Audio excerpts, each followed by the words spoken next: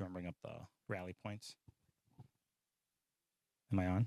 Good morning, Raccoons. All right, let's debrief our Alice drill because that was the most awake I've seen you on a Monday in a very long time as we kind of worked our way through that. So just to kind of debrief everything that happened, I took some notes. Your teachers have a back channel. If there's questions that pop up, we can pop those questions in there, and I can even review them tomorrow because I know we're all just kind of coming down from what that experience was. So today's drill was to test our understanding of the purpose of rally points and where our rally points are here on our campus. So a few quick things. So the fire alarm went off at 8:44-ish a.m., which tested a few things. A few of you were out in the hallway because you have crutches and you have early passing period. A few of you are out in the hallway because you snuck out. And a lot of you were standing by the door, kind of crowding around and then standing in the door when we should have been evacuated because you were looking to your teacher to figure out what to do and where to go. So it's important to remember that if we are evacuating, we need to get out. We have planned routes. We also know that getting out the closest door is also really good as well. We get out of the building and we wait for further direction. Today we asked everybody to go to a rally point. If there were a real fire on campus and the fire alarms went off, chances are we would push further away from the building than just the fenced areas that we typically go, and we would go to a rally point. A rally point is just a common place that we know we can go to get further direction. We have 3 rally points on our campus. They are the tennis courts, Ruck Stadium, and then the softball West Fields. Well, in our mind, it makes sense if I'm on North Campus, I would go to the softball West Fields, and if I'm at, South Campus, I would go to Ruck Stadium. The point is, while we have some preliminary places assigned, you just get to one as quickly as possible to await further direction. That's all you have to do. So I know some of you are confused because typically when you go to a rally point, you're like, oh, I thought I went to Rucks, but I had somebody telling me go to the tennis courts. That's okay. Because, again, we can't predict different situations that we might be involved in. You'll recall a couple years ago we had a Alice drill in the middle of a passing period. We've also had situations where our fire alarms have gone off during lunch. And we've sent everybody to Ruck Stadium because it's a bigger place where all 1,600 of us can assemble and we can come up with a plan to take attendance and figure out what's next rather than having 3 separate locations for me and the police to run around to and everything else like that. So you just need to remember when you need to go to a rally point, it's going to be one of those 3 sites. So that's the most important thing from there. There's a few other things we're testing along with that, or things that I noticed as far as the drill goes. First of all, we did great getting out of the building. We just need to make sure we shut the doors behind us. If we're the last teacher, the last student, shut those doors. Staff throw on those green vests. They are helpful to have the green vest not only so students can point you out, but also our first responders and other adults who may be responding to help with the situation. No people in green vests are staff members. They don't want to mistake you for a parent and tell you to leave, whatever it might be. Some people asked about cell phones and belongings. Should I bring my belongings? Should I have brought my cell phones? What should we do during a fire drill? And I think in that point in time, it's situational. Your goal is to get out of the building as quickly as possible. So a lot of you already had your backpacks on because class was about ending. I wouldn't take time to take your backpack off, throw it somewhere and leave, or whatever it might be. If you have it on you, you go. You walk out with it and you figure it out. If it takes you a long time to get a backpack or to go get your cell phone, you're delaying the evacuation process. So if you already have it on you, just keep it on you and kind of go from there, and you should be all set. We also tested traffic flow.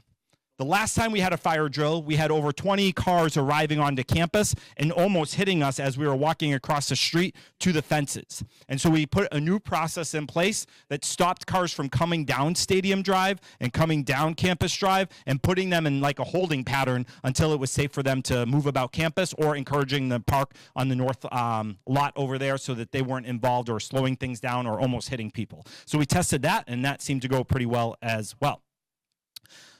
The best thing that we can think about when it comes to our rally points is these are large spaces where we can spread out.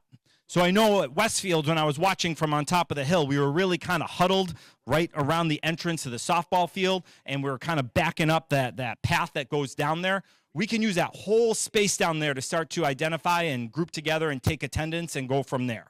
So the point is spread out. Same with Ruck Stadium. We all kind of got there and stood right by the gates on the track. It went fine. It went great. But again, if we spread out, it might ease a little bit of the confusion or help us just navigate the situation a little bit more clearer. So you got that whole space. Don't be afraid to spread out as far as that goes. Oh my goodness. Ultimately, this is what Officer Don and I were talking about when we were planning, was you can only control what you can control. We have our little routines, we have our procedures, we have everything in place. And your job in an emergency situation is to keep yourself alive, to keep yourself safe. And so that's why we practice ALICE. That's why we practice where our rally points are. That's why we practice fire drills. That's why we practice severe weather, so that you know what to do in that situation. There are a lot of other things happening behind the scenes to ensure that we have a safe reunification, that we remain safe, that we can return to a safe campus. So right now, we're huddling names of people that maybe didn't get to that rally point and trying to see if they got to another rally point. Our job is to mark people absent that don't make it there. And then there's a team of people that say, okay, that student was absent. Where did they go? And figure out the whole reunification process.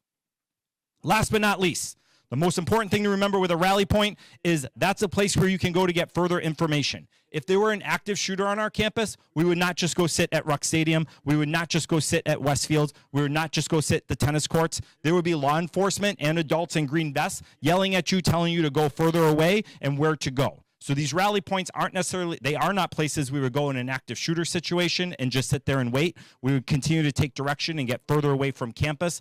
They're just a reunification point, a design reunification point, a designated reunification point if we had a fire alarm and a time that was maybe inconvenient, or an evacuation without a fire alarm. We've had that before, where we need to just go somewhere and we say, go to your rally points. Go to a rally point, I should say.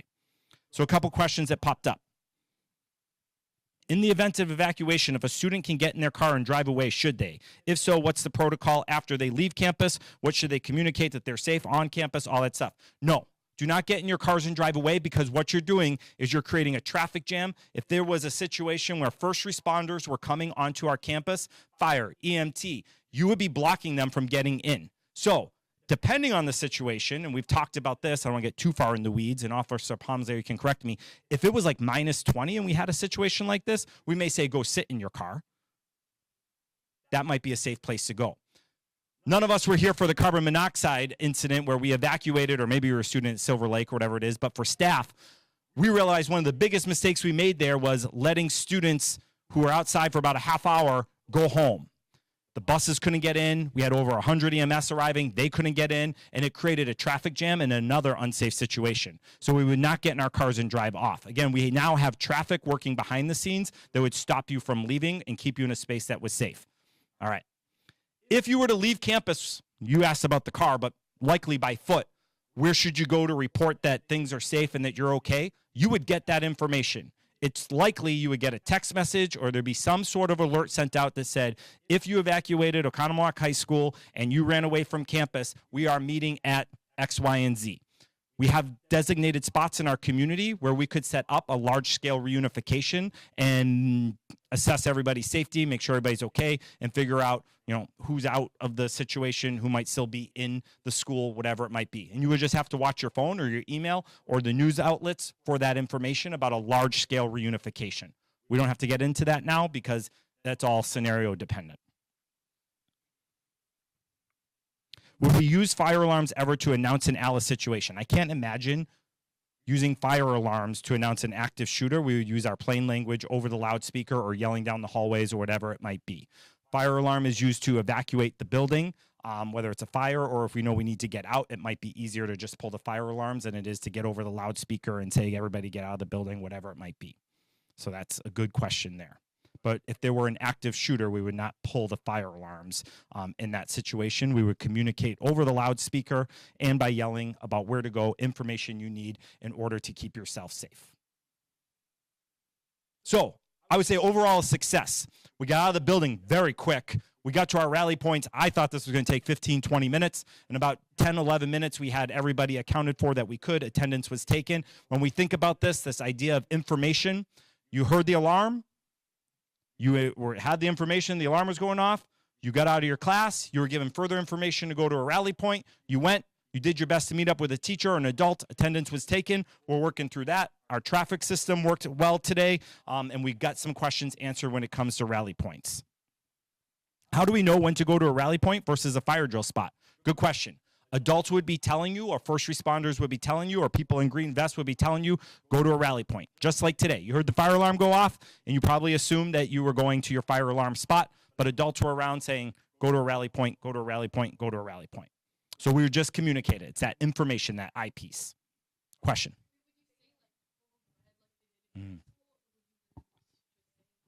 Yeah. Good question, live on the scene. Would we say like code red or whatever? No, we don't use code words anymore. That's a practice that's in the past. We just give it to you straight. We would tell you there's an active shooter on North Campus. He is wearing a gray sweater with a blue hat and black pants, and he's heading towards Lower North, and we would relay that information as best as possible. One of the things that we might test in the spring is that relaying of information using call buttons, everything else like that to inform people of what's going on, but we'll worry about that in the spring. So that's a really good question. We'll just give it to you straight. That's how we build trust. That's how we keep people safe, is we just make sure that we communicate everything with you in real time and we're transparent. I'll send an email debriefing today's drill and just informing your families that the drill happened. I'll copy you on it so you know what's going on. And if you have any questions, catch me in the hall throughout the day. Talk to your teacher. You can also add them into the live chat. We'll check that again tomorrow in RCC if there's any more questions. Officer Palm, anything I'm missing? Officer Palm said we did a good job. So it's 9:25. There will be food during passing period. Remember, the carts are gone. You have to go to the serving areas down in the field house lobby to make it more efficient. So 9:25, you guys are good to go. Go get your food. Get to Block B, hour 3. Best day of our lives. Here we go.